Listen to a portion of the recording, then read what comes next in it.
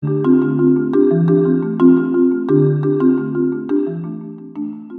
to iPad Pros, the show all about using your iPad to be productive and get work done. I'm Tim Chen, host of the show. Hello there, and welcome back to another episode of iPad Pros.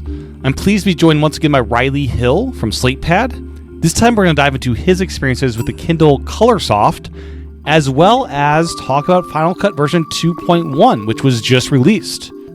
As a reminder, you can support this podcast over at patreon.com/iPadPros or by subscribing in Apple Podcasts.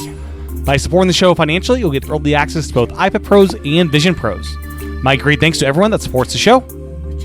Another way to support the show is by leaving a review in Apple Podcasts. If you have not yet left a review, I'd really appreciate if you spend just a few minutes to do just that.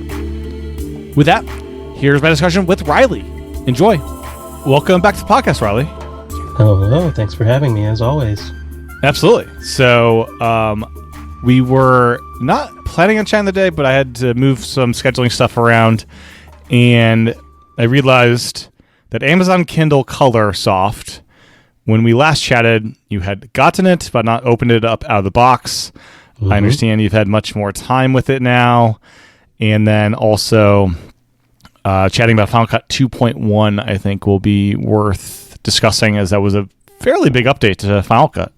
It was, not as obviously as big as the Mac got, but the iPad version got some decent amount of features. Yeah, the Mac went to 11 after 13 years of being on 10, so... And no subscription, like we were kind of wondering if they would do. Shocked. They go to 11, and they don't change this model. There's no upgrade price. It's just like, we're calling 11, but free update. It kind of, I don't use the Mac version, but I kind of want to buy it now just to have it. Yeah, I bought it in 2011 when it came out, and that purchase still works. And that's the only way to update spatial videos with ease, so I guess I should install it on my MacBook Air, and I can play around the spatial video editing for my Vision Pro stuff. Yeah, I guess we'll talk about that later. Yeah. You have a Vision Pro as well, and that'd be a way to mess around with that stuff. But let's dive into the Amazon Kindle Colorsoft.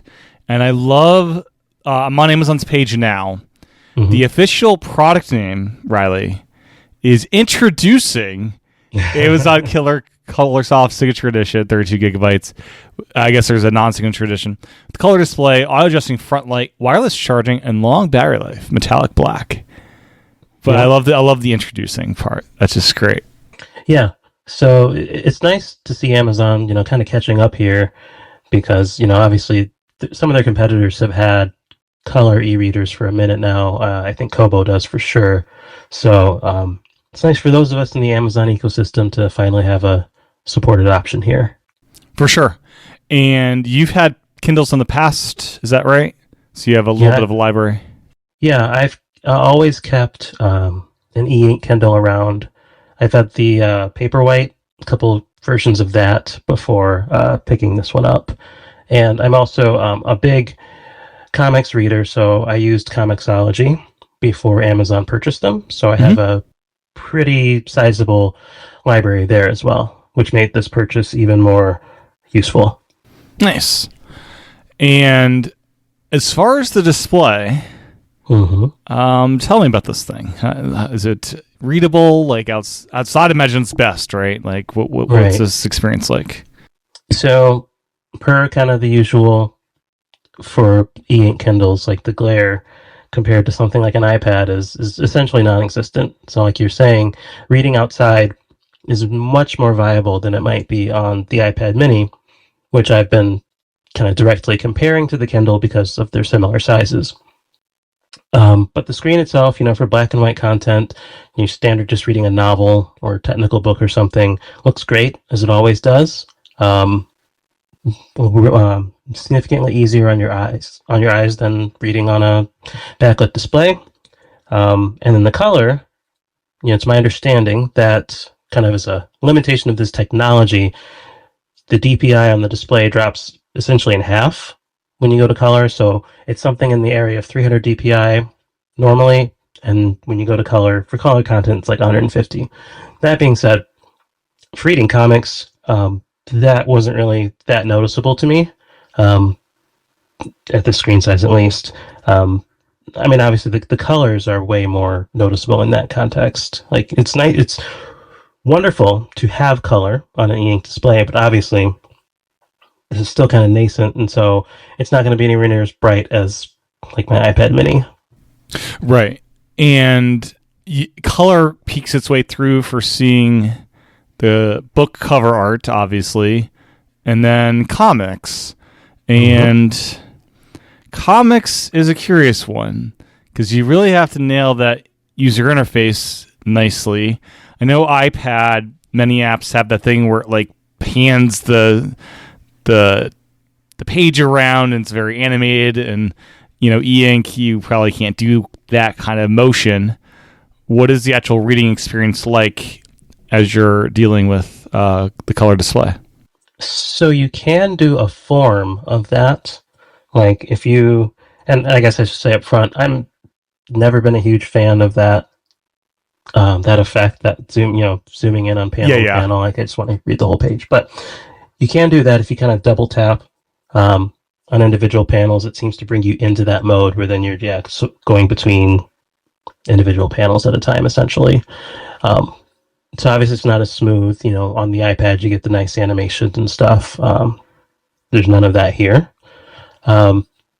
But other than that, I mean, and I touched on this a little bit in my video, but from a software perspective, I guess I hadn't really thought about just how obviously similar the reading software on the Kindle is to the Kindle app on like your iPad, which you would kind of expect. They're made by the same company, but it's just, it's like it just feels like the same experience across all your devices. It's just really the screen at this point.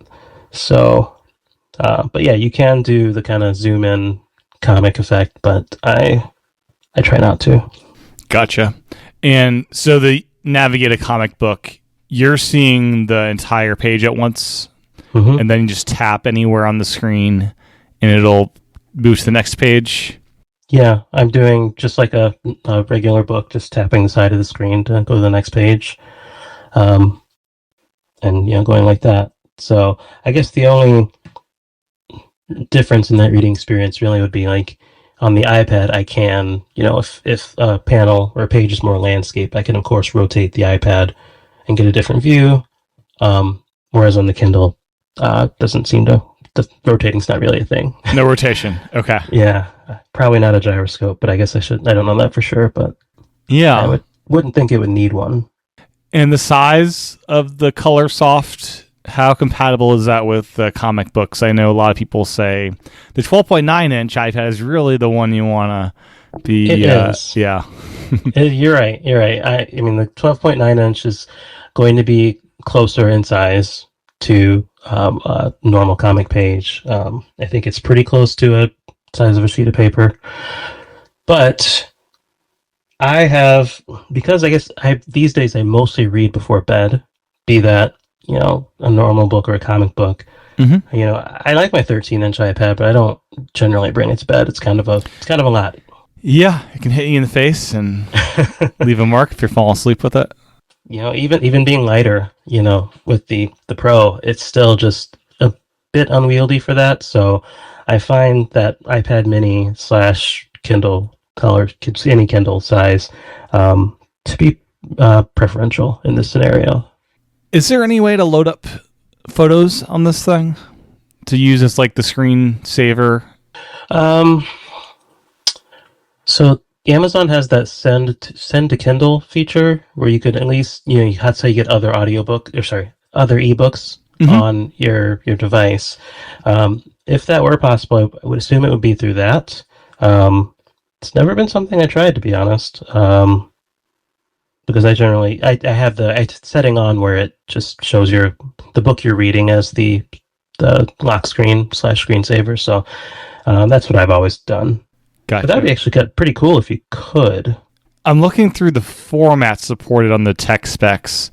It says it supports JPEG, GIF, PNGs, but I don't know what it does with that, Yeah, there's not like a photo app on here. So That'd be so cool if they eventually look into supporting that as a thing. I wonder if it's to supporting the Fire tablets, which used to be Kindles, right? Like I feel like Sure. that used to be the Kindle Fire. Now they're just like the Amazon Fire. They're not Kindles. Oh, I didn't even realize they stopped branding it that way. There's like I see a couple people like on social media will correct you if you're like the Kindle Fire. It's like no, it's not the Kindle Fire. It's Amazon Fire. It's like, oh, yeah, okay. I searched for it. It is called the Amazon Fire. They have I don't know an when that 8-inch. They have an 8-inch, a 10-inch, and they have a max 11-inch. They have a 7-inch. What are they doing here? They got all sorts of very closely sized fires. They've got an $80 one for $7. Yeah. People say the iPad lineup is confusing. Oh man. Yeah, and those are interesting too because those are probably the best-selling Android tablets. I would say so. I think, you know. As in the parenting community, one of our friends said, "Oh, you got to get your kid a Fire tab." It's like, no, they're going to use an old iPad when they're ready for that. We're not getting any of these silly Fires in our household. Which I'm sure they're great devices. They're just probably very slow and not great overall. You know, it's my understanding in the tiny bit of research I did, where the Fire tablets shine is the management software, the parental control software. Like Amazon has built that out way more, I guess, than Apple has, is my understanding. Okay. So it's a little bit easier for parents to manage than an iPad. But of course, I don't have kids, so I'm just kind of speculating. Yeah, they have a little keyboard stand thing. This has come along. I gotta look at what the Fires are doing. They've come along. They've got this keyboard stand thing now, and all sorts of stuff. They have an SD card tray in the Fire Max. Really? Yeah. I don't know what you do with that, but I guess offload some photos. You know, a buddy of mine was asking because he's looking to buy a tablet for his young kid, and he's probably going to go with an iPad. But he was thinking about SD cards to extend the storage for games, just to have a lot of offline games or something. Which I think Android still supports. Yeah, it does support this as well, up to 1 terabyte with the expandable storage. So that is nice. If you're looking at the base iPad, either the 9th gen that like right now is on sale for $200, I think, or the 10th gen, right? That base model is only 64 gigs. Yeah, no, so, I mean, I understand it. Yeah, but yeah, I've got the old iPads around for that purpose for now. We'll see, but back to the Colorsoft. Yes. You are keeping it. You're happy with it overall, and yeah, I'm happy with it being just my Kindle. Like it's not an iPad situation where I have multiple Kindles. This is my one and only. It's fine. You didn't get a yellow lined one either. I'm hearing that everyone has a yellow line on theirs. I do not have a yellow line as of so far. Maybe it'll show up, but I've had it, I don't know, 2 weeks now, maybe a little bit more, and it's been fine from a display perspective. Oh, good. Yeah, it currently has 2.5 stars on Amazon. 1,300 ratings. It was not the smoothest launch for them, it sounds like, but it is back ordered 3 to 5 weeks, so there is some popularity there. It's basically order now if you want for Christmas. And I wonder what because if you're just reading like novels or something on here, I mean, it pretty much is just the book cover that would be of benefit here. So it's interesting that it would be so popular. Yeah, it's $280. There's only a signature edition for the Colorsoft, right? Mm-hmm. That means there's no ads and stuff? 0 ads. It's just been great. Yeah, and then it's basically $80 more than the Paperwhite signature. So that's kind of the surcharge there. 32 gigabytes of storage. Mm-hmm. What's the wireless charging? Is it what's it using for that? Do you have to get a dock or? I think I know they sell. I'm pretty sure they sell a special dock. I don't think it's Qi compatible, but I did notice when I was looking at accessories that they do offer a charging stand, I think. Yeah. I see it now. Yeah, it goes vertical and just sits on there. And I have the Logitech charging base for the 10.5-inch iPad Pro, and I got that back out. I'm putting the 10.5-inch iPad in the use again, and I didn't want to deal with lightning every day. So it's so nice just to be able to pop that. I found a case that leaves that slot open on the side, so I can just leave it because I want a case for this iPad now, and so I was able to find a case that lets you use that, which is really cool. I still love that. I know exactly it's so good. You're talking about. I love that. That stand is so good. You sit down, it's so clean. You don't have to plug anything in ever.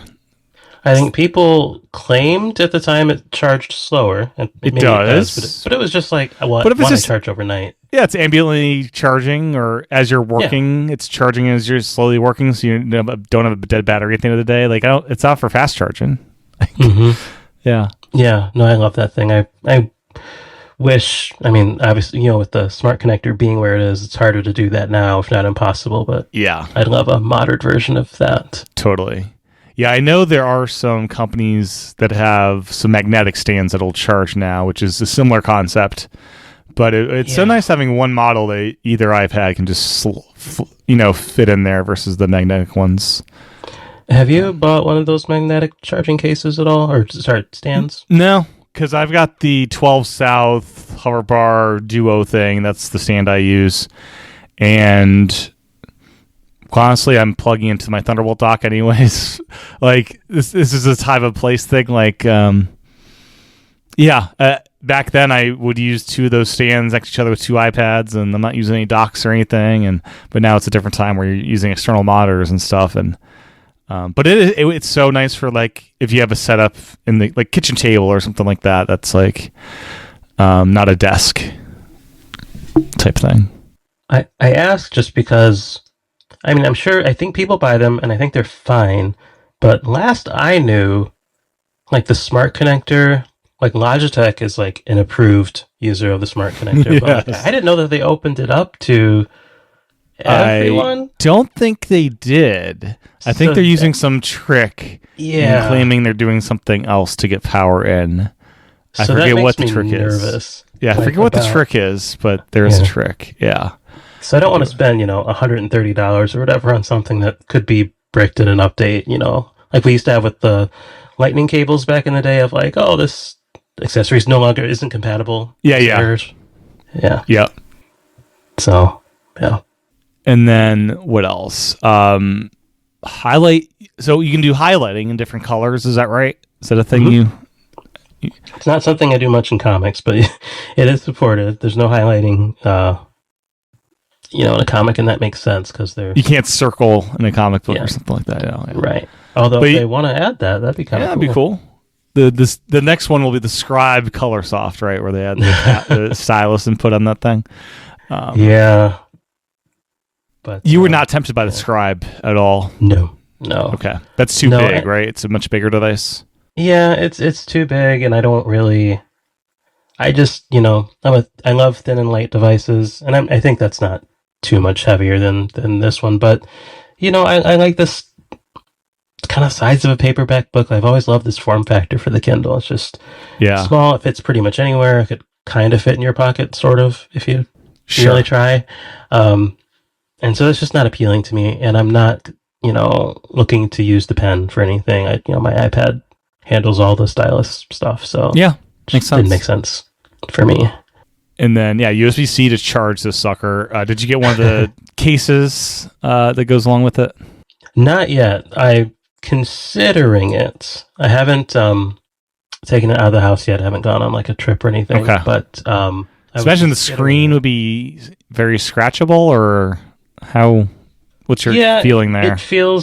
It definitely, I don't know, doesn't feel that... Like, I would still want a case. I'll put it that way. I think I would still want a case. Like, I think it'll be fine for the most part, but if you have a lot of stuff in your bag, like, it doesn't feel like Gorilla Glass or anything like that, so... Yeah. I'm definitely... Yeah, I'll pick up something, but I just haven't yet. And I will say... I remember I actually went from a normal Kindle to the Paperwhite and previous to this, and my motivation for the Paperwhite actually was just that they had switched to USB-C. That was like my sole motivation. I buy it. Otherwise, yeah. I don't like dealing with other cables. I have a macro to USB-C cable and a mini USB-C cable for like the two things I need them. Like this microphone uses one of those, and but it's like I can't find the cable. Oh gosh. Yeah, I keep a couple. I have a USB-C and a lightning cable plugged into my Thunderbolt dock, and I have them running out through the desk here. So for any charging or stuff I need to do, I keep at least one lightning cable. Yeah. At the bottom of the main description of the Colorsoft, they have this note. We want you to know a small number of customers have reported a yellow band along the bottom of the display. We take the quality of our product seriously. Customers who notice this can reach out to our customers for replacement or refund. And we're making the appropriate adjustments to ensure that new devices will not experience this moving forward. So they are very aware of this issue. I'm wondering how I was so lucky. You're very lucky, it sounds like. It sounds like so many people got this. I just hope it doesn't show up. But, yeah, no, so far so good. So that is interesting. That it's on the main page now. It's that prevalent. And Kindles, I'm seeing here, create a dedicated child profile so little ones can read in color too. Are there profiles on the device, or is it a one-size-fits-all profile for the entire device? Well, I know they support profiles on the Fire tablets. Mm-hmm. And so, I've, again, not having kids, I've never actually tried to set up a profile. Yeah. But, let me see here. Yeah, you can turn on parental controls, turn on Amazon Kids. I wonder if I set up another... Like, I see the parental controls, but I don't see, like, a switch profile yeah. option. Although, actually, you know what? Under Amazon Household. This actually might be where you would do that. Okay. That's very cool. Yeah. Amazon, that's something iPad should do one of these days, some profiles, I'm starting to give up on that. I don't know. I'm sure it's on a list somewhere in Cupertino, like, way at the bottom. But like they have it on the Apple TV. It's the bulkiest thing in the world. No one in my household knows how to use the profiles I wish they used because my Apple TV watch history is just like so polluted. It's like use the profiles, please, but no, we're just stuck on the main profile. Yeah, I mean, fingers crossed. Like I said, it does come to iPad, but I don't know. And then I'm curious. Originally Kindles had no way of showing light, like you had some light source to read the display. Mm-hmm. What's the front light? How good is that? Like, can you read in pitch darkness and it's a good experience? It's fine. It's actually in pitch darkness. I find it hard to get like the right level personally, but like it's too dark or too bright. Too bright. Oh, interesting. For me. Okay. But in kind of dim lighting, and the Kindles is to support auto brightness. They have an ambient light sensor, so just kind of let it do its thing. But for the most part, but if I'm trying to dial it in, works better in dim light than it has in pitch black. There's no true tone. It's you have to adjust the white to amber manually. Yeah, settings. Take a peek here. But yeah, in the quick settings, there's just a brightness slider, and then adjusting the warmth. Okay. You can adjust those independently. Gotcha. Yeah, the True Tone was such a game changer when it came out. It literally sold a second iPad for me because I had one iPad with True Tone. I was using them side by side, and the other iPad didn't. It's like I can't do this. They need to have the same display technology in this way. Yeah, because they introduced it with the 9.7-inch Pro, right? And then the 12.9-inch didn't have it. And people were kind of salty about it, but it came out like 6 months later. So yeah, I think I got the 10.5-inch Pro, and then it's like I tried to use it next to my old 12.9. It's like, oh crap! I got to get a new big one too now, don't I? Yeah, I can't wait till that happens on the Vision Pro, because I've lost track at this point of like what the next Vision Pro is. But like for a minute there, it was the cheaper one was coming. Yeah, and now the M5 one, right? Yeah, now it's like now the M5 might be coming, but the cheaper one, obviously being newer, is going to have some improvements over the sure one. It definitely will. Yeah, you can just see the articles already. Like your $2,000 Vision Pro has this that your $3,500. It's just going to be that kind of clickbait, but for sure it happens. It does. The charging dock is $40. Just FYI, if you are interested. Yeah, I'm not really interested. I'm happy to. I have a USB cable by my bed, so I'm just happy to plug it in the few times I need to. Yeah, that is true. This thing is not like an iPad that, like, if you don't plug it in overnight, it's not going to be dead the next day. I have 70% right now. I think I charged it, when I bought it. So when I first got it, so they say weeks of battery life. So yeah, never really a thing to worry about. It's pretty cool. This product page for the dock, it shows like a breakdown of where the charging coils are. It's like, where are the charging coils located? And shows like a teardown of the dock. I just don't see that often on product pages. That's bizarre and cool. Trying to hide those details, keep things magical. I know. So how's the build quality overall in this thing? Like, does it feel cheap? Is it annoying having... Do all Kindles just say Kindle on the very front of it? Does that'd bother me? Everyone I have, I think, has said Kindle on the front, but it has this kind of rubberized back, which kind of helps it not feel as cheap. And none of them have turned to that rubbery back that turns sticky. I know I pull up some old electronics. It's like, oh, it's all sticky now, and it wasn't next to anything sticky, just the rubber, deformed over time. Yeah, I've never had it deform or get sticky, so it's a good rubber, I guess, call it that.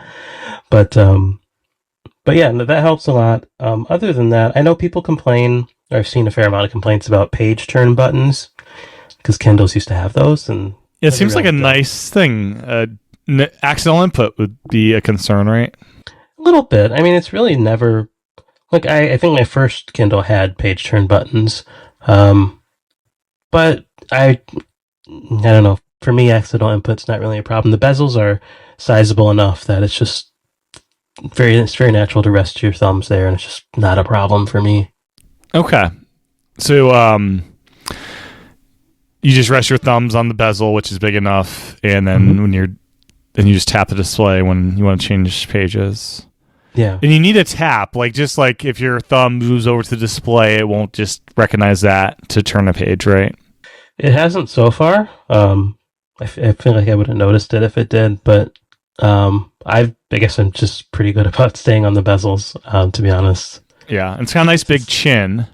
Uh-huh. Does that does that bother you? Is that there's a utility in that? I could see there being some utility with a pillow underneath it or something. It's nice for handling, I guess. But honestly, even though these things have existed for, we're well over, 10 years of Kindles. Yeah.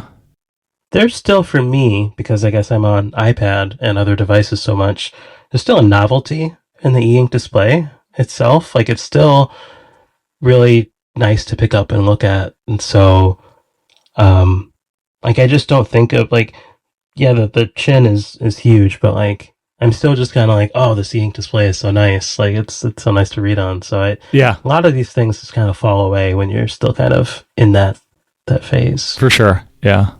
So, yeah, I'm a big fan of, the e-ink technology and the e-readers. Amazon has some, every book ecosystem is DRM, so I guess I shouldn't single them out, but I know.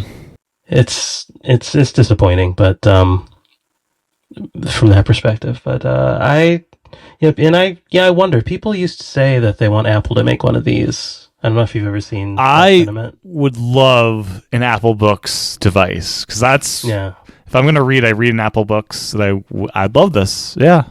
Yeah, I think it's interesting. I'd love to see them try on one hand, but I always go back to that whole 1,000 no's for every yes they talk about sometimes is the way they approach products. And it's an interesting balance because on one hand, they don't want to fall behind their competition. But on the other hand, I feel like they don't have to do everything. Just because, Samsung's doing something or Amazon's doing something doesn't mean Apple has to as well. I feel like it's interesting because I see that a lot on social media. You see product X. Oh, Apple needs to make that. Apple needs to make that. It's like, do they? Yeah. Do they really? I don't know. I would appreciate it for sure because Yeah, I mean that I it's a hard sell for me to buy a Kindle because that means I gotta like get into that ecosystem more, and I mean I probably should be in that ecosystem. I have an Audible subscription, like I know the syncing's cool there with how that works. Is. Then we of course have the problem on the iOS devices of to buy books you have to go to the website, like you can't buy in the app like you can on Apple Books. You know, just wait till the government gets that part of the. Yeah, no, it's interesting, but the upside to them, if Apple did do one of these devices, would be that it would, I don't know, get more funding, attention, whatever for Apple Books, which seems like it's still, they had that initial momentum, they got sued, they lost, and it feels like it turned Apple Books into a hobby. Like, we'll throw a little bit of money at this every so often, but like, it's just, the momentum seems to be gone, which sucks. Yeah. As far as audio, I'm seeing Audible audio format supported. No music, right? You can't. And are there speakers in this thing or just Bluetooth headphones? I believe it would just be Bluetooth headphones. I wonder if it even would accept USB-C headphones. But I would. I very rarely do audiobooks, and I would honestly just do a smart device, phone, tablet, something, Apple Watch, just so I could, listen in the car, right? Sure. So it's nice that you can do it, but it's never been something I looked for. And then you can use this at the pool, waterproof for 2 meters, which is cool. Or the bathtub, people do that sometimes, I guess. No thanks on that one, but yeah, I've used it at the pool before. Right, at the pool here at the apartment, and it worked as advertised. Did you test the going in water thing? Nah, I think I'm good. Right. Chlorine too. I wouldn't want that all over my device. Yeah, I think I'll just trust them on that. I'm sure it's water resistant or waterproof, whatever. And then I love poking fun at, or just technical details are fun. System requirements, none. Fully wireless, it doesn't require computer to download content. That's just such a statement, Yeah. What do we have left, though, on, like, iPad that I guess your own music, like, you can't, like... Yeah, there's some things you need to hook up, for syncing. I mean, it is pretty offline now. You just back up to iCloud. I think it maybe is just if you rip your own Blu-rays or music, you can't easily get those. Well, you get them onto the device, you just can't get them in the official apps without using a computer. iTunes Match, Automac, or Windows Computer. Yeah, and that's another thing I gave up on years ago. Clearly, they don't think that's the way you should be iTunes buying. Match? Well, no, not that. I'm one of those people who still has it, and I don't think I need it, but... I definitely need it because, I buy a lot of CDs still. Nice. And I think it's my understanding, like, because Apple Music does matching too, but then those are DRM'd, I think, those matches. Potentially. Versus iTunes Match. Yeah, I'm not sure. I know with iTunes Match, because this came around Apple's whole, like, we're freeing the store from DRM push, I remember that, yeah. So, that's why I hang on to it, is that I think that if I were to use the Match and Apple Music, those would be DRM'd. But I could be wrong. Yeah, I don't know. But anyways, yeah. Cool. You're overall happy with it, and that's your new Kindle. And what's your current book before we leave this topic? Do you have a book you want to shout out? I have a pretty, like I said, I have a sizable comicsology backlog that I've been working through. So I've been rereading, actually, there's this Ant-Man, who's one of my favorite comic characters. It was like an anniversary story from like Past to Future. It's called Antiversary. I'm rereading that, and I also am going through Spider-Man Blue, which is by Jeff Loeb and Tim Sale. Those are great. Those are kind of great, sort of anthology-ish stories, but Yeah. those would be my current two. And then I'm looking through, I actually go through Libby a lot too for checking out books from the library. Sure. So I'm sure I have some things that are on hold that I'm waiting to come available. So everything I want is like 6 weeks out, so gotta be patient.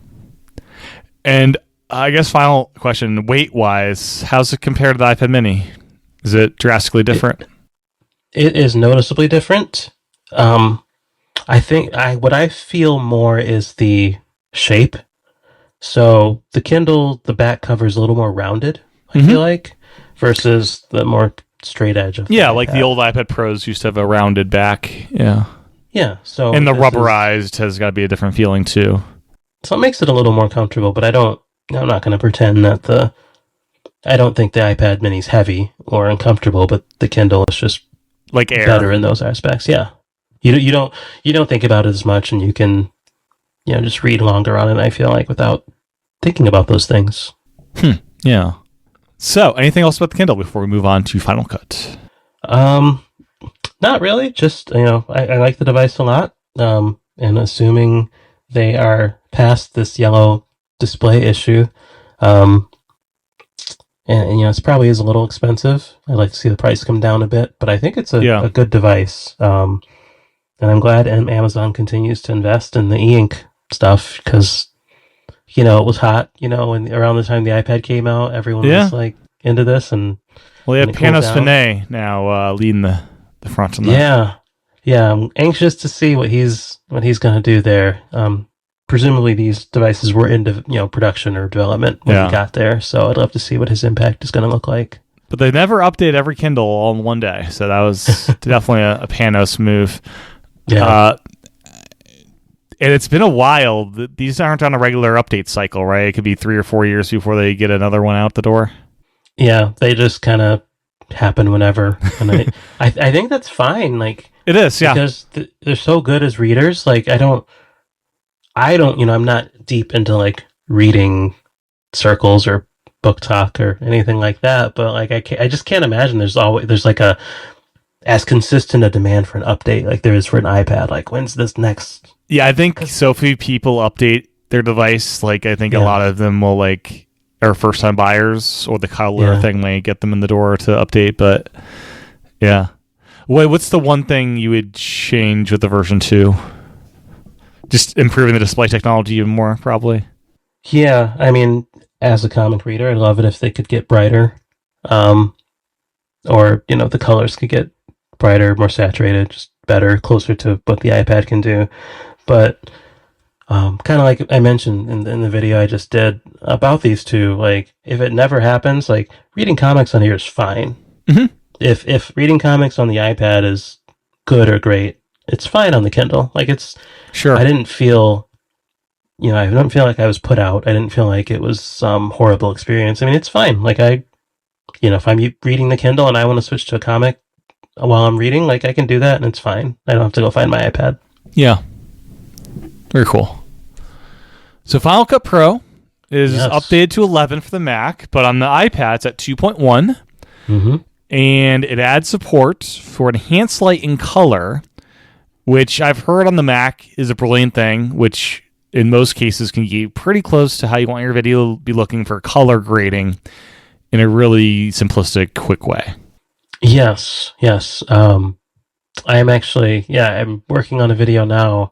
When 2.1 came out, I was finishing up my Kindle video, so I didn't get a chance to really play with the new features, but I'm looking forward to trying that probably the most. But when I looked at it briefly, just try to pull it up here, the way it shows up in iPad is like if you throw a color adjustment on your footage, you throw a color adjustment effect on your footage, you go into the options, and now there's like a enhance light and dark, just kind of has that AI sparkle icon next to it. Yeah. So I question how much like actual control you can get over it versus like magic. Like we set all these things for you. And I will say for me, as someone who's not trained as a video editor, that's probably fine. Like, there's probably dials I don't need to be messing with. So we'll see in my next video. But like if this handles all that for me, like, heck yeah, let's go. Yeah, my guess is I see that thing in the screenshot there where it like auto corrects and stuff. And then you can adjust from there, I think, all the highlights, black point, brightness, and all that stuff after as well. Yep. So you can kind of fine tune it, what it decided for you. Yeah. But for me, I'm all about the one touch, this is ML in this case, but ML or AI features, just that they'll do this for me. Like, yeah, save me some time. Let's do it. Yep. And then there's haptic feedback now for the Apple Pencil Pro, which is very exciting. So you'll feel light pulse when trimming clips, moving media, navigating the timeline, and resizing viewer clips to snapping points. And they added 4 new inks for live drawing, which I find exciting. So there's watercolor, crayon, fountain pen, and monoline. And I'm curious if the fountain pen has pressure sensitivity because fountain pens have nibs, which would flex. Right. Yeah. I do a lot of the live drawing in my videos. But unfortunately with these, I guess I don't see myself using any of these new options. Like I pretty much stick to the highlighter or just, underlining something with like a standard pen. So crayon and water, I don't unfortunately have a lot of use for those, but your next phase of YouTube in like 10 years will be making videos for toddlers where the crayon will be instrumental. It's anything's possible at this point. Who knows? You got a niche down, I guess. I've been told. So right, yeah. Who knows? But yeah, no, I use live drawing a fair amount. And there's a bug fix I'm hoping they've addressed. For me, every time I do a live drawing, and I tap on it to change the time or something.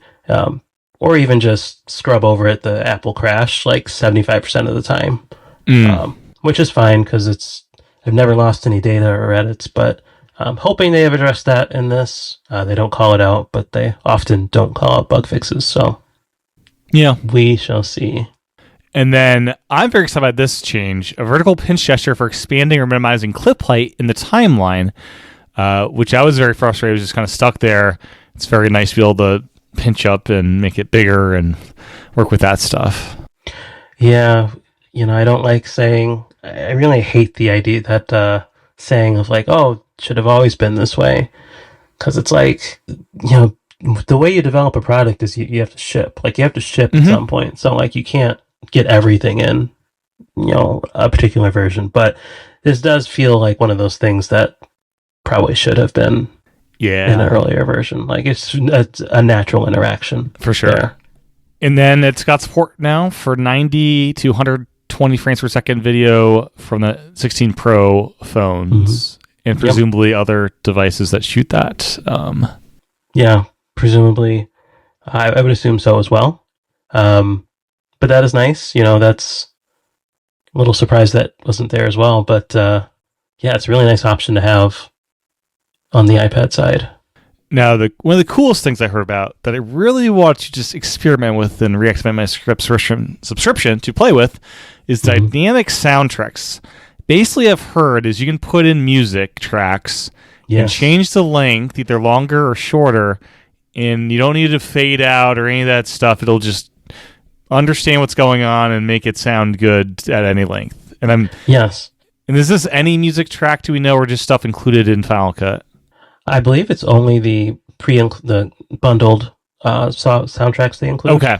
Now I do dabble in that. I go back and forth on whether or not I put music in a video. Most of them I don't, but sometimes it feels like it's needed. So I absolutely take advantage of that. So like you said, you expand the clip as long as you need it, and it handles generating the music and all that stuff, and it just works. And I love that feature. And I'm glad they've added more content in this release as well. So, more options is always good. Since, as I love to complain about on threads and social media, they've been the Final Cut for iPad page says third-party content's coming soon. It said that soon. That's for a year and a half. It's been coming soon. So, obviously, again, one of those things on a list somewhere in Cupertino that just got deprioritized, I assume. But love to see what that would look like. Yeah, I would too. And then Final Cut Camera is now at 1.1, adding support for capturing log encoded HEVC video in either standalone or live multicam sessions, with pairing the dynamic range of log with reduced file sizes. So that sounds lovely because file size can be a problem on phones. Yeah, that's for sure. It's gonna probably keep me on the larger phones, assuming I keep recording with my iPhone. Like I have a 512 gigabyte 15 Pro right now. So, and I don't record in log or anything like that. I'm a point and shoot guy. Yeah. Yep. So, but if I did want to do that, it's nice that there's more support in Final Cut Camera for that. So, which I do use from time to time. I have an iPhone mini here that, I just love the mini. I love the mini. It's so good. It is. Every now and again, I do use it as a second camera, and then I will use the live multicam feature in Final Cut for iPad. So that is a way I take advantage of that sometimes. Yeah. Did any of the features from Final Cut Pro 11 make you very jealous of the Mac? Like this magnetic masking, which seems very nifty. There are some things that I feel like should have been or could be in the iPad release, especially like captioning. Like captioning. Yeah, I'd love to see that, especially since the M4, which again is in the iPad Pro, but all the M series devices at least. We've got the neural engine. Like, there's no. I feel like a lot of times things don't make it to the iPad because it's an interface issue. It's not a technology issue, right? Like sure. They need to figure out how they want to adapt it for touch, and that takes time. But yeah, the captioning for sure would be nice because I don't have the, as a solo creator, I don't have the bandwidth to do a lot of these things or the money to get a lot of these things done. So it's like if the software could do it for me, well, yeah, let's do it. For sure. Yeah. And the spatial video stuff is interesting. So when a Mac is paired with the Vision Pro, the Mac Virtual Display can be used for editing spatial video with the Final Cut Pro software. Spatial videos edited in Final Cut Pro can be exported directly to the user's photo library to be viewed on the Vision Pro, or they can be shared with others, uploaded there. So can be used for. I'm still unclear if you're actually seeing the spatial video in the Vision Pro headset when you're editing via Virtual Display. It doesn't really, because it says they can be exported to the photo library to be viewed. So I need to test that. That's interesting. Yeah. That would be a nice integration if that was the case. But yeah, like we've talked about on your other podcast, as something of a purist, I didn't think I'd use Mac Virtual Display that much. It's not moving things forward, but it actually is really handy. Like it's a nice feature. Are you on the beta yet with the? No, and I think it was your argument a while ago that we're all kind of beta testers at this point. We are, may as well. I haven't jumped on the beta yet, so I haven't gotten to enjoy the ultra wide or anything like that, which it's pretty great. Sounds like it's pretty awesome. But oh boy, we don't have to go down the Vision Pro rabbit hole. But, we do not. Yeah, and then Final Cut Pro 11. It's weird to jump to 11 with this kind of update, but sure, AI means 11, I guess. I don't know. Sure. I also wonder. I use Final Cut.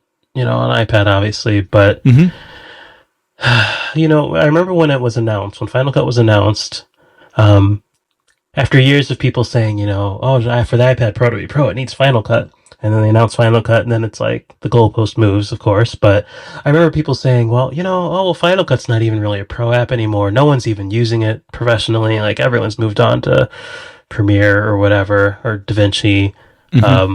So I wonder, I don't know how true that is. I know there was something of an exodus when Final Cut Pro 10 came out on the Mac. It wasn't powerful enough at the time.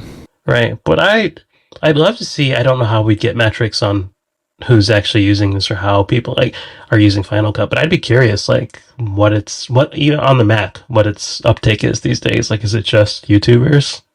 I don't know. Yeah. Question. Yeah. It's interesting to think about. It is. Yeah. But I'm glad, they keep, Apple keeps investing in these apps, even if it's not as fast as some people would like. And, it's nice to see, we got that big Final Cut 2.0 update on iPad earlier this year. So it was nice to see another sizable point update. That it's not just going to be yearly big updates to iPad. They'll do these bigger point updates as well. Yep. And yeah, the Mac got updated as iPad does too. So it's good to see them go in parallel like that.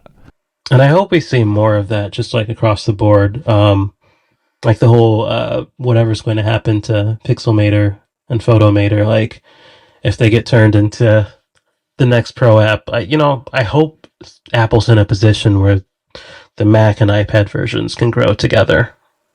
I'd like to see more of that. I think they do that pretty well with the iWork apps at this point. I feel if you look at the release notes across, Mac, iPad, and iPhone, they're generally the same or pretty close to the same. So I'd love to see, the other Pro apps continue that kind of cadence. For sure. Well, anything else before we wrap it up? Nothing really. Like I said, I'm starting to work in Final Cut 2.0 now over the next 2.1 few days here. Sorry, thank you. Final Cut 2.1. Yes. Digging into that now as I wrap up my next video, but just really happy to get. Like I said, I wasn't expecting any more feature updates for the rest of the year. I was expecting bug fixes, so I'm glad Apple seems to be taking this seriously. For sure. Well, where can folks find you on the interwebs? So slatepad.org will get you to my writing and my videos, the YouTube channel, all that stuff. Also on social media, Threads, Mastodon, Instagram, and there's this Blue Sky thing that everyone is apparently flocking to. I don't have time for another one. Right? It's just, there's too many. But I'm futzing around a little bit on Blue Sky, but slatepad.org mostly. Cool. That's it. Well, thank you for your time today. Great catching up and chatting about all these fun things. Thanks for having me. Yeah, always. Well, that was my discussion with Riley all about the Kindle Color and Final Cut 2.1. My thanks again to Riley for his time recording. My thanks to you for your time and attention tuning in. As a reminder, you can support this podcast over at patreon.com/iPadPros or by subscribing in Apple Podcasts. With that, I'll talk with everyone again real soon.